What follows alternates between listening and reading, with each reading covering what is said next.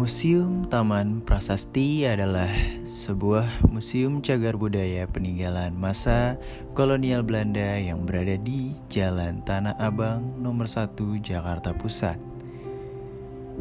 Museum ini memiliki koleksi prasasti nisan kuno serta miniatur makam khas dari 27 provinsi di Indonesia.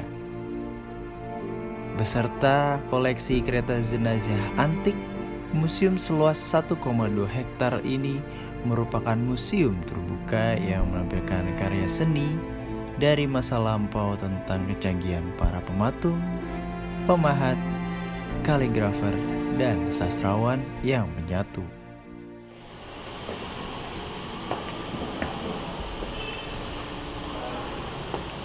Halo guys, balik lagi sama gue Hendra di program Our History.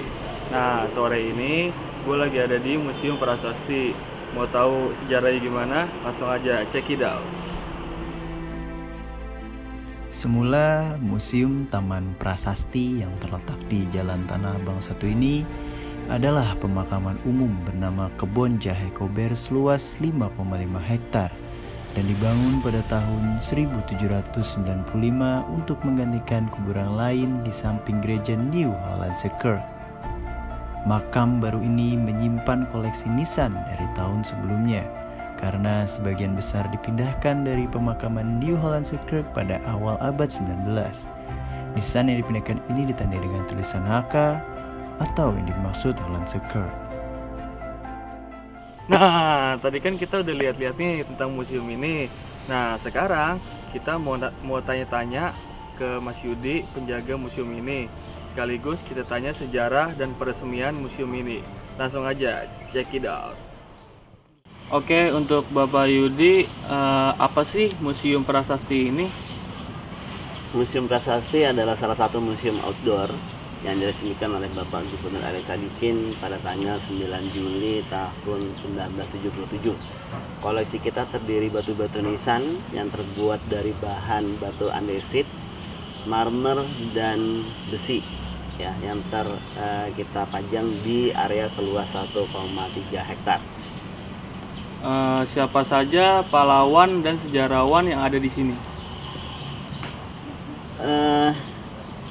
Museum Prasasti itu awalnya memang bekas pemakaman, ya. Jadi pemakaman ini dimulai tahun 1795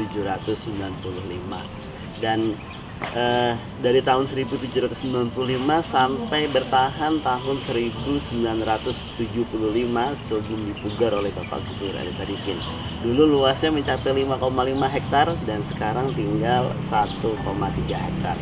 Dan di sini karena dulu adalah pemakaman presisius, maka ada beberapa orang-orang Belanda yang cukup terkenal di masanya, yaitu pertama Dr. H.F. Roll, pendiri Stovia, Olivia Mariam Raffles atau istrinya Gubernur Letnan Jenderal Batavia, Thomas Stafford Raffles, yang membuat taman yang sekarang kita sebut Kebun Raya Bogor.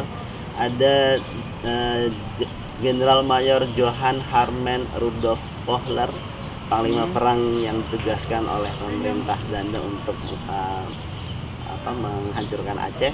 Terus ada juga Jenderal Mayor Andreas Victor Michels, salah satu panglima Belanda yang pernah berperang melawan Pangeran Diponegoro, Tuanku Imam Bonjol, dan pada akhirnya dia meninggal di Bali.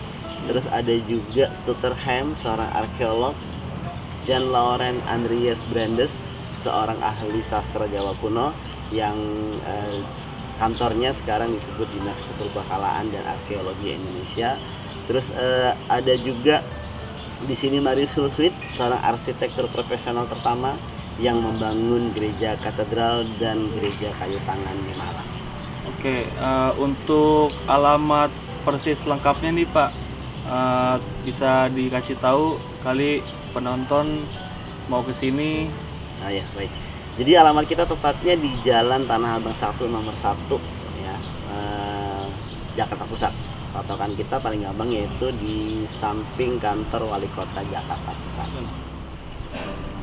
Pak, ini kan ada lonceng ya.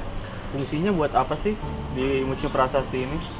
Ya, baik. Ya, ini kita sebutnya lonceng kematian. Ya, jadi kenapa disebut lonceng kematian? Ketika lonceng ini dibunyikan, itu biasanya ada orang yang akan dimakamkan. Oh, Dan gitu. fungsinya lonceng ini memberi tanda ya, kalau seandainya 1 atau 2 kali berarti si iring-iringan jenazah itu sudah terlihat oleh petugas pemakaman. Nah, jadi semua ketika lonceng ini dibunyikan 2 kali berarti semua petugas di sini akan mempersiapkan upacara pemakaman.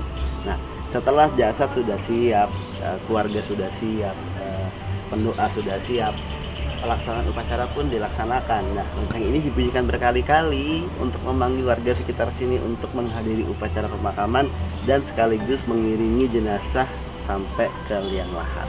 Contohnya seperti ini.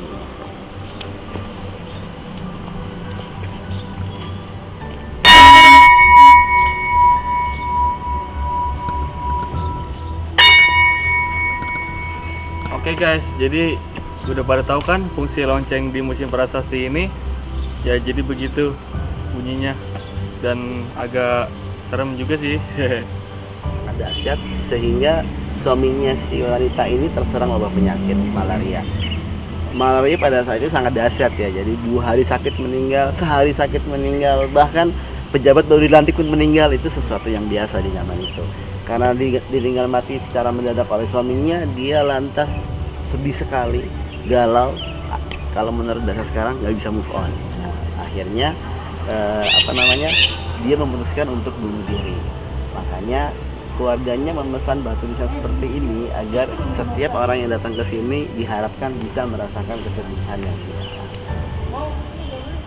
Nah, tadi kan kita udah lihat tuh dari suasananya museum ini nih, dan toko-toko dan peti mati yang udah tua, terus kereta, kendaraan zaman-zaman dahulu, terus makam-makam yang udah zaman-zaman dahulu kala. Jadi ada di sini semua. Oke, segitu aja jalan-jalan kita sore ini di program Our History. Buat lo, jangan lupain sejarah. Gua Hendra, cabut. Bye.